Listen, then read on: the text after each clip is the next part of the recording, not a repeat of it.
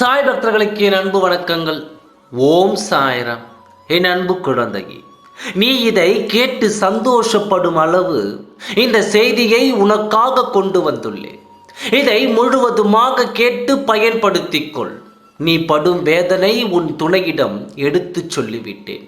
நீ படும் கஷ்டம், நீ படும் வேதனையும் எடுத்துச் சொன்னேன். அவர் உன்னோடு சேர்ந்து வாழ்வதாக என்னிடம் உறுதி அளித்திருக்கிறார். விரைவில் உன்னை நாடி அவர் வருவார். உன்னோடு அவர் சேர்ந்து வாழ்வார். நீ என்னிடம் வைத்த வேண்டுதலை நான் ஒரு நாளும் நிறைவேற்றாமல் இருப்பேனா? அதனால் நான் உன்னை தேடி வந்திருக்கிறேன். உன் அப்பா ஒரு நாளும் உன்னை கைவிட மாட்டேன்.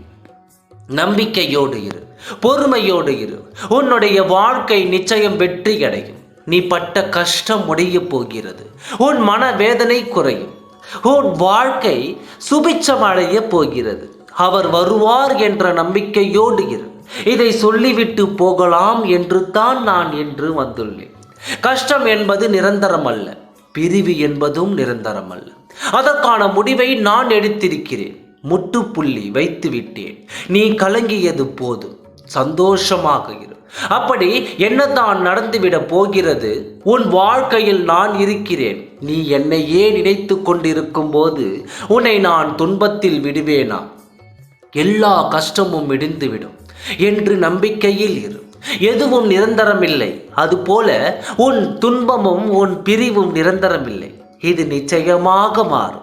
உன் வாழ்க்கையில் தென்றல் வீசப் போகிறது. இதுவரை நீ பட்ட கஷ்டங்கள் அனைத்தையும் நான் அவரிடம் சொல்லிவிட்டேன். இந்த பிரிவு ஏன் என்று கேட்டேன். ஏனோ சில மன மாற்றத்தால் அப்படி நடந்துவிட்டது. இனி ஒரு நாளும் அப்படி நடக்காது சாயப்பா. இனி என் துணையோடு நான் சேர்ந்து வாழ்கிறேன் என்று அவர் என்னிடம் உறுதியளித்தார். நீங்கள் இருவரும் என் குழந்தையே, மனம் கலங்காதே. உன்னை தேடி வருவார். உன்னோடு சந்தோஷமாக வாழ்வார். இருவரும் நடந்ததை எண்ணி கலங்கிக் கொண்டே இருக்க வேண்டாம்.